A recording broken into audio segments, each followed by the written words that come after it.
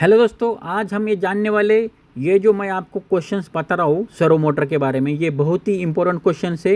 ये क्वेश्चंस बहुत इंटरव्यू ने पूछे गए वाले क्वेश्चन से। अगर आपको इसके बारे में मालूम है तो आपको इंटरव्यू से सिलेक्शन होने में कोई नहीं रोक सकता, मैं आपको गारंटी दे रहा हूँ। ठीक है। और अगर आप एग्ज़ाम की तैयारी कर रहे हो तो एग्ज़ाम में भी इसमें से बहुत सारे क्वेश्चन पूछे गए हो। तो दोस्तों ध्यान से सुन लो। अगर वीडियो अच्छा लगेगा तो लाइक करो, नहीं तो फिर वीडियो मत देखना। ठीक है। तो चलो, हमारा पहला सवाल है, सर्वो मोटर चुनते समय ध्यान देने वाले फैक्टर्स क्या क्या रहते हैं। तो नंबर एक फैक्टर रहता है रिक्वायर्ड टॉर्क। उसका आपको टॉर्क कितना चाहिए, जो आपका जो भी लोड है उसका टॉर्क आपको उसके हिसाब से कैलकुलेट करके आपको पता लगना चाहिए कि आपको जो टॉर्क लगेगा वो कितना टॉर्क का आपको सर्वो मोटर लगेगा। तो सबसे पहले आपको देखना है कि आपको रिक्वायर्ड टॉर्क क्या है। फिर बाद में स्पीड का रेंज आपको पता होना चाहिए, आपको कौन सी स्पीड से कौन सी स्पीड में आपका सर्वो मोटर घुमाना है।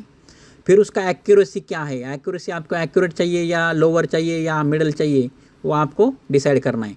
वोल्टेज एंड करंट रेटिंग, आपको कितना वोल्टेज चाहिए और करंट रेटिंग कितना चाहिए। Duty cycle, size and weight आपको मालूम होना चाहिए। कॉस्ट भी उसके बारे में आपको पता होना चाहिए। ठीक है। सेकंड सवाल है टॉर्क कांस्टेंट क्या है। हम जो पता है आपको टॉर्क तो सबको मालूम है, लेकिन कांस्टेंट का मतलब क्या है, टॉर्क कांस्टेंट क्या है। तो टॉर्क कांस्टेंट मतलब टॉर्क कांस्टेंट ये बताता है, जिसको हम केटी से डिनोट करते हैं, कि कितना टॉर्क पर एम्पियर करंट मोटर देगा। समझे। टॉर्क कांस्टेंट मतलब क्या है कि टॉर्क पर एम्पियर करंट मोटर कितना देगा, तो उसको हम टॉर्क कांस्टेंट बोलते। तो ओवरलोड प्रोटेक्शन क्यों जरूरी है सर्वो मोटर में। थर्ड सवाल है हमारा, ओवरलोड प्रोटेक्शन क्यों जरूरी है सर्वो में। ये तो बहुत इंपॉर्टेंट है भाई। ये अगर ओवरलोड नहीं है तो प्रॉब्लम हो सकता है। क्या प्रॉब्लम हो सकता है, देखो, ओवरलोड प्रोटेक्शन से हमें मोटर ओवर करंट से हम बचाते। अगर ओवर करंट हो गया तो ओवर हीटिंग होगा, और ओवर हीटिंग हो गया तो आपका वाइंडिंग भी डैमेज हो सकता है, इंसुलेशन भी डैमेज हो सकता है, या आपका इनकोडर या अंदर का जो सर्किटरी वो भी डैमेज हो सकता है। तो इसके लिए ओवरलोड प्रोटेक्शन बहुत ज़रूरी है। तो वो क्या करता है, इससे ये जो ओवर करंट, ओवर हीटिंग और डैमेज से बचाता है। कौन, ओवरलोड प्रोटेक्शन। तो हमारा 4 नंबर सवाल है रिस्पॉन्स टाइम क्या है। रिस्पॉन्स टाइम मतलब सिग्नल देने के बाद जो भी आप सिग्नल दोगे सर्वो मोटर को, तो सर्वो मोटर क्या करेगा, उससे रिएक्शन करेगा। ठीक है। जो भी रिएक्शन करने में जो उसको टाइम लगेगा तो उसको हम रिस्पॉन्स टाइम बोलते। तो जैसे दोस्तों, अगर आपको मुझे 90 डिग्री में सर्वो मोटर चाहिए तो मैं क्या किया, पल्स विड्थ मॉड्यूलेशन दे दिया सिग्नल। जैसे मैं सिग्नल दिया उसके कुछ सेकंड के बाद, जैसे कुछ माइक्रो सेकंड पकड़ो या मिली सेकंड पकड़ो, वो मिली सेकंड के बाद वो रिस्पॉन्स करेगा। तो उसको क्या बोलेंगे हम, रिस्पॉन्स टाइम बोलेंगे। क्या होगा उसके बाद, मोटर घूमेगा, तो उसको हम क्या बोलेंगे, रिस्पॉन्स टाइम क्या है। ठीक है। ये रिस्पॉन्स टाइम भी बहुत इंपॉर्टेंट रहता है। अभी देखो 5 नंबर हमारा सवाल है सेटलिंग टाइम क्या है। सर्वो मोटर में सेटलिंग टाइम क्या रहता है। जब सर्वो पोजीशन चेंज करता है ना दोस्तों, जब सर्वो मोटर जब उसका पोजीशन चेंज करता है तो फाइनल स्टेबल पोजीशन पर पहुंचने में जितना समय लगता है उसको सेटलिंग टाइम बोलते। समझे। जैसे कि सर्वो मोटर अभी मेरा पोजीशन चेंज कर रहा है, ठीक है, अभी फाइनल स्टेबल पोजीशन में, जब वो फाइनल स्टेबल पोजीशन में जाएगा, सपोज मैं 90 डिग्री है, मैं 180 किया, तो 90 से 180 में जाएगा, तो उसको, और वो स्टेबल होने में उसको थोड़ा टाइम लगेगा। स्टेबल पोजीशन होने में क्या लगेगा, उसको कुछ टाइम लगेगा। उस जो टाइम लगता है ना उसको, तो उसको हम सेटलिंग टाइम बोलते हैं। मतलब सेटल होने में टाइम लगता है, उसको सेटलिंग टाइम बोलते हैं। ठीक है। जैसे कि फॉर एग्जांपल देखो दोस्तों, अगर आप एक जॉब कर रहे हो, कंपनी में जॉब कर रहे हो, और आपको क्या है, दूसरा कंपनी में जॉब मिला, तो आपने क्या किया, आपने एक पोजीशन से दूसरा पोजीशन में, हाँ, हम क्या हो गए, ट्रांसफ़र हो गए। तो वहाँ पे लोग अलग अलग रहते, तो हमें क्या, सेटल होने में टाइम लगता है। वो लोगों में 1 साल 2 साल सेटल होने में टाइम लगता है। तो जैसे हमको सेटल होने में टाइम लगता है, वैसे सर्वो मोटर को भी उसका पोजीशन चेंज करने में टाइम लगता है। तो उसको हम क्या बोलते हैं, सेटलिंग टाइम बोलते हैं दोस्तों। तो हमारा छठा सवाल है ओवरशूट क्या है। दोस्तों, सर्वो मोटर में जो ओवरशूट होता है वो क्या है, वो हम जानेंगे। जब मोटर डिजायर्ड पोजीशन से आगे निकल जाती है और फिर वापस आती है, उसको हम ओवरशूट बोलते हैं। समझे।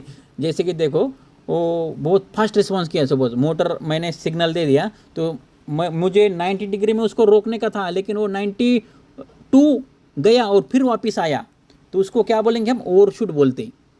ठीक है। अभी 7वां सवाल है हमारा, स्टेडी स्टेट एरर क्या है। तो स्टेडी स्टेट एरर क्या है, उसके नाम में ही उसका अर्थ है, जब सिस्टम सेटल हो जाने के बाद भी डिजायर्ड और एक्चुअल आउटपुट में अंतर रह जाए, उसको स्टेडी स्टेट एरर कहते हैं, समझे।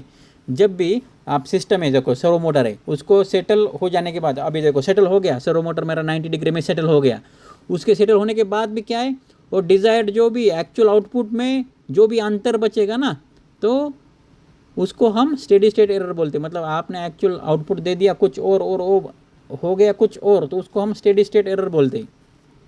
हमारा 8 नंबर सवाल है, गेन क्या है और सर्वो में इसका महत्व क्या है। जो गेन है, जो इसको हम एम्प्लीफिकेशन जो फैक्टर रहता है उसमें हम गेन यूज़ करते हैं, ठीक है। ज़्यादा, गेन मतलब क्या, ज़्यादा, गेन मतलब क्या, ज़्यादा। Gain is equal to response, मतलब रिस्पॉन्स मतलब क्या, वो कितना रिस्पॉन्स कर रहा है। अगर गेन है तो उसने रिस्पॉन्स करना ही करना है, लेकिन ज़्यादा गेन होने पर इंस्टेबिलिटी आ सकती है, ठीक है। तो ये गेन भी इंपॉर्टेंट रहता है। बैंडविड्थ, देखो बैंडविड्थ क्या है, सर्वो सिस्टम किस फ्रीक्वेंसी तक इनपुट चेंजेस को फॉलो कर सकता है, उसी को हम बैंडविड्थ बोलते हैं। सर्वो सिस्टम किस फ्रीक्वेंसी तक इनपुट चेंजेस को फॉलो कर सकता है, ठीक है ना। उसमें सर्वो मोटर घूम रहा है, मतलब क्या है, वो उसको फ्रीक्वेंसी के अकॉर्डिंग घूम रहा है, जो पल्स विड्थ मॉड्यूलेशन कर रहा है वो फ्रीक्वेंसी चेंज कर रहा है उसका बस। तो वो जो इनपुट जो चेंजेस हो रहे हैं ना, वो कहाँ तक वो फॉलो कर सकता है। मतलब मैं अगर उसका मेरा रेंज है 1200 हर्ट्ज़, अगर मैं 1300 हर्ट्ज़ दे रहा हूँ तो उसका क्या है, वो अच्छे से काम नहीं करेगा। तो जो भी इनपुट चेंजेस को जो फॉलो कर सकते हैं ना, उसी को हम बैंडविड्थ बोलते हैं। मतलब उतना ही एंगल या उतना ही बैंड विड्थ, जो विड्थ है इतना विड्थ पे ही वो काम करेगा, उसको हम बैंडविड्थ बोलते हैं। अभी हमारा लास्ट 10वां सवाल है, सिस्टम इनर्शिया का प्रभाव। सिस्टम इनर्शिया जो ज़्यादा, मतलब इनर्शिया मतलब क्या, अगर ज़्यादा inertia is equal to slow response.